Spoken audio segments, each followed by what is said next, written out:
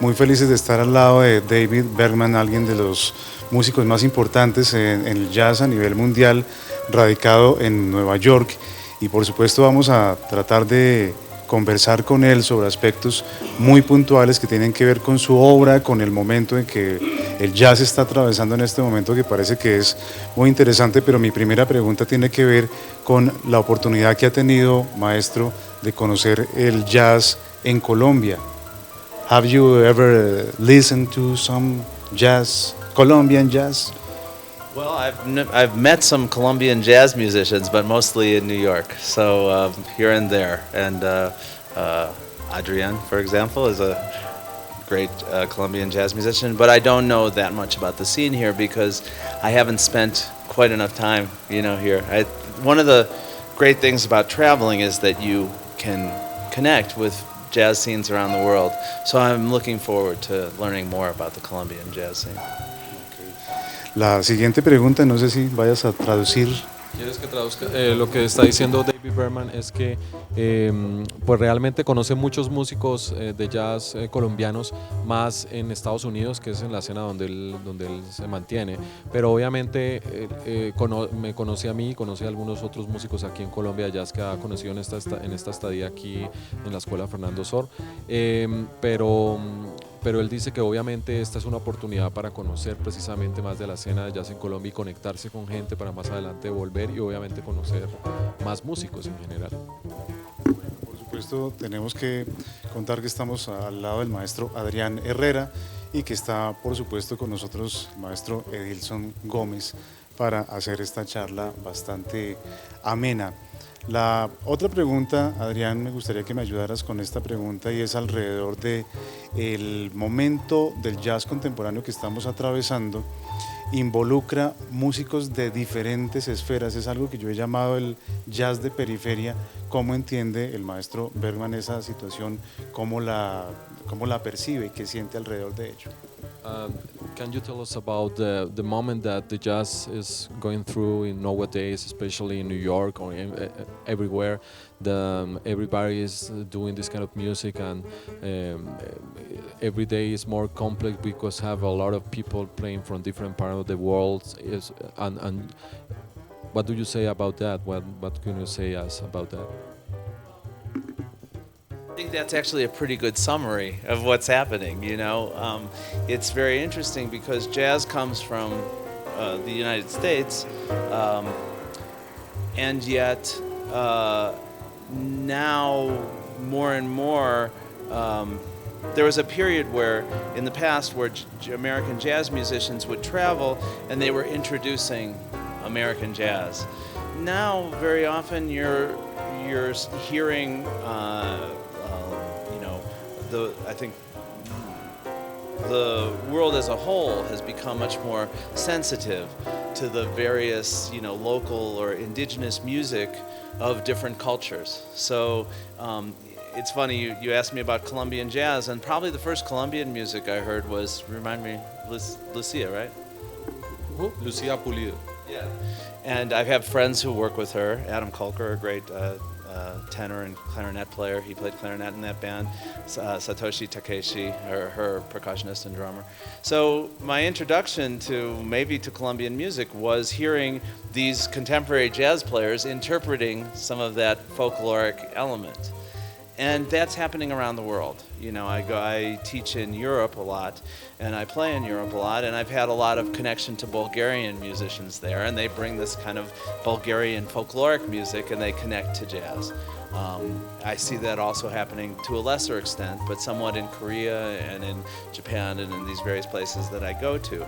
So it's a very complicated world now. In many ways, it was simpler to think that you would have this kind of bebop tradition that came through players like Charlie Parker and Bud Powell. But for me, I can only talk about the music that I play, and that bebop tradition, people like Sonny Rollins and Wynton Kelly, all the way through musicians like Herbie Hancock and contemporary players, that's very much alive to me. And I think there's to understand the depth of where this music comes from, it's necessary to learn something about that. So for me, even though there's many different kinds of world music that's very interesting, the place that I come from is this place that connects to a kind of deep jazz tradition, and that's what sort of informs the music that I play. That's a lot to try and translate. Yeah, no, es okay.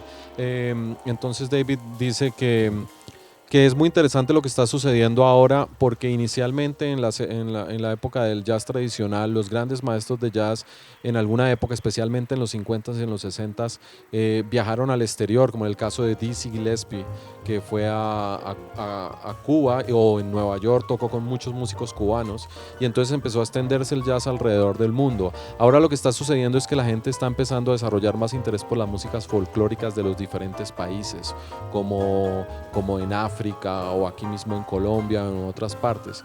Entonces él enseña muchas veces en el año, enseña en Europa, en Holanda, y conoce por ejemplo músicos búlgaros que traen música búlgara, entonces ha estado en contacto con ese tipo de música. Y con respecto, es interesante que haya preguntado acerca del jazz colombiano porque el primer encuentro que él tuvo con el jazz colombiano fue con Lucía Pulido, que es una cantante colombiana que vive en Nueva York y que toca con músicos de alto nivel jazzístico como Satoshi, como toda esta gente que ha tocado con Antonio Arnedo también. Entonces él empezó a entender esta música a través de viendo por primera vez a músicos de jazz tocando música folclórica colombiana, pero él tiene también que ser muy claro en que él viene de un sitio donde la tradición, que es Cleveland, la tradición es muy fuerte en cuanto al jazz tradicional y es lo que más lo mueve a él y obviamente es el estilo que más ha desarrollado él. Pero obviamente él no deja de reconocer que ha sucedido ese tipo de cosas, de que hay mucha world music que llaman música del mundo, pero que para entender, por ejemplo, el jazz hay que ir siempre hacia la tradición, que son estos grandes músicos que desarrollaron esto, empezando por Louis Armstrong, por ejemplo. En este mismo orden de ideas, me gustaría saber su opinión, cómo y por qué el jazz se mantiene fresco, tantos años de tradición además. In that order ideas, he wants to know why the jazz is still, alive and nowadays. Why that is happening? That is rebuilt every day. The jazz, like it's growing up the jazz every day, everywhere. Why that's happening around the world? The interest in jazz on any people. Okay, the thing that I think makes jazz fresh and alive is it's an expression. It's the individual expression of an artist or a player. The thing that makes this music so relevant, I think, is that it's about liberation for the player. It's about composition. You know, most players compose and arrange and lead bands, and if you compare that to working as a classical musician, which is a wonderful thing to do, I'm not putting it down in any way, but there's a great deal of freedom for the individual. And I think sometimes people say, what's new in jazz? And well, what's new in jazz is the artists who are playing it and the particular take that they bring to the music. I don't really care about what's new, like finding the avant-garde or what sounds totally different to me. That's not so important. For me, what's most important is like finding an honest personal expression of what I am trying to play. Dice que una de las mayores razones por la que ha sucedido esto alrededor del mundo es porque el jazz es una música que, a diferencia de la música clásica, sin querer desmeritar la música clásica, tiene mucha más libertad de expresión artística para el artista que está tocando esta música. Entonces, en el caso especial de él encuentra que es una forma de poder expresar todo lo que quiera con mucha libertad. Entonces, básicamente, eso es algo que casi todos los seres humanos anhelamos, la libertad. Entonces, eso es algo que caracteriza mucho el jazz y por eso es que tiene tanta acogida en el resto del mundo, en todo el mundo. Sorry, one more thing. I think the reason why you see schools like this one, where we are today, bringing a lot of students come in looking for something, is I think they're looking for that kind of freedom. They're looking for freedom, but also the ability, the skills that they need to construct their own kind of music. And as somebody who teaches a fair amount now, I didn't always, but now when I teach a lot, I see musicians coming to jazz, some of whom stay, who get very serious and become serious jazz musicians, but some people take some of these tools and create some of their own music, and that's fine too. Otra cosa que quería decir, muy importante que sucede también con el jazz, es que es simplemente una forma de ser músico, así como el músico clásico también lo es. Entonces digamos que así como le llegan estudiantes que están muy serios en el aprendizaje del jazz y quieren ser músicos de jazz, también llegan músicos que simplemente pasan por el jazz pero cogen estas herramientas muy válidas para hacer su propia música. Entonces eso también es válido y eso está sucediendo. El jazz es una forma de adquirir unas herramientas para realizar su propia música también. Un tema que particularmente me parece muy atractivo es la relación de cómo el jazz se ha mantenido vivo a través de su relación directa con la sociedad y con la política. Jazz y política es un asunto que sigue estando vigente, maestro. He's talking about maybe history, because during those when you take history classes, for example, in jazz, you find this relation between the jazz scene, jazz music, and politics, and all this kind of stuff. So, what do you think that is still happening nowadays?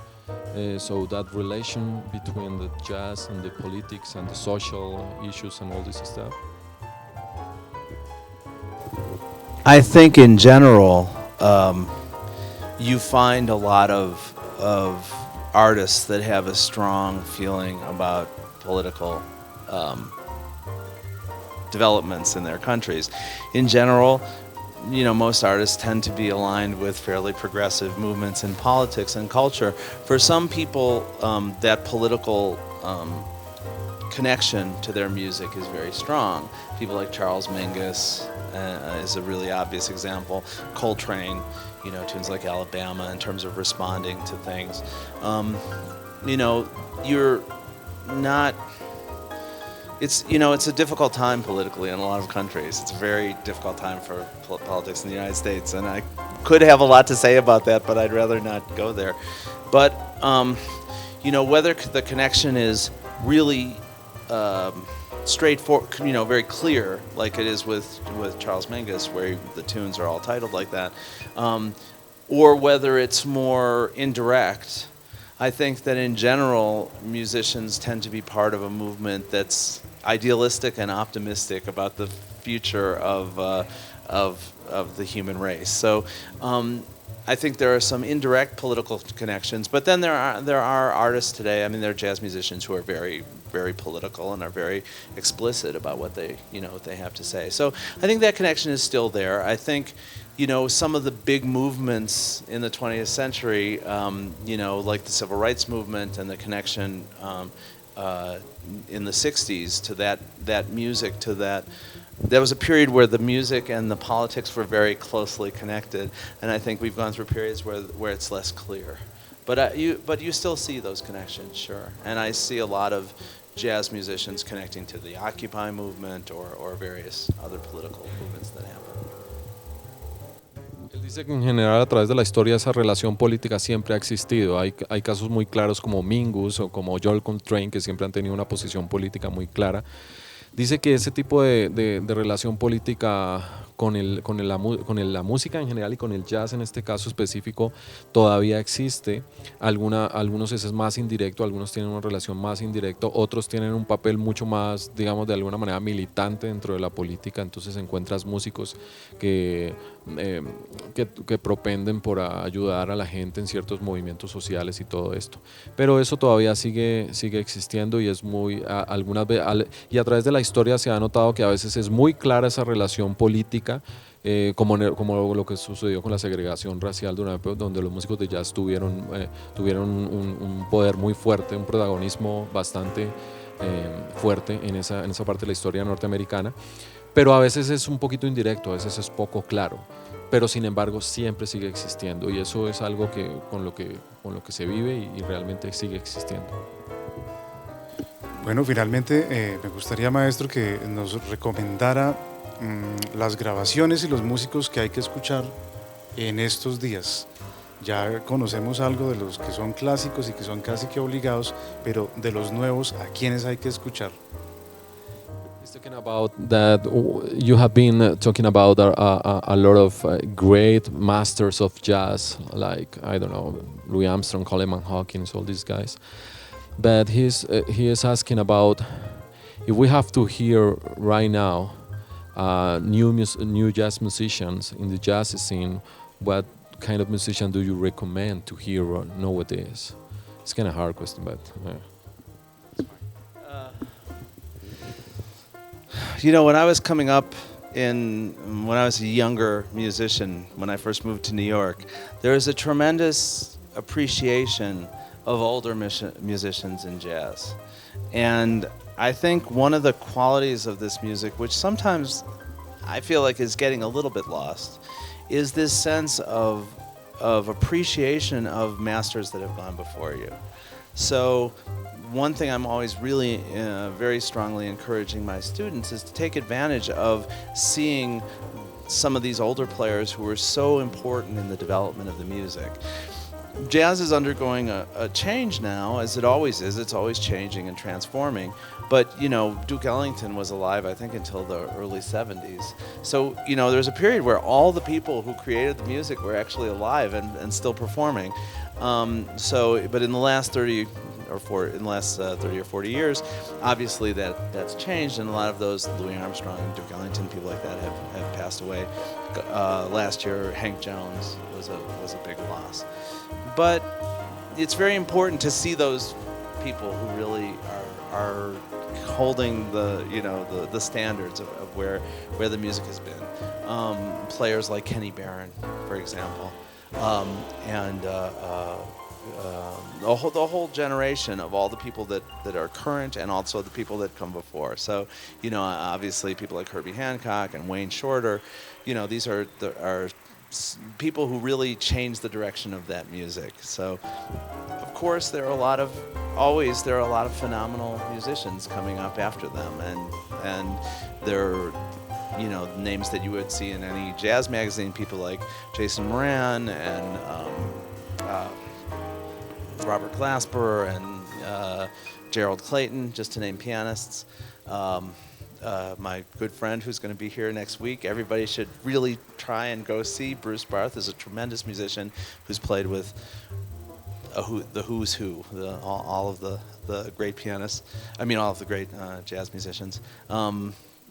You have to seek out as many of these players as you can, and I don't feel like it's maybe the job of journalists more to identify the trend. To me, I don't experience music as a trend. I just experience different players that I really revere, and among them, in no special order, are people like Tom Harrell,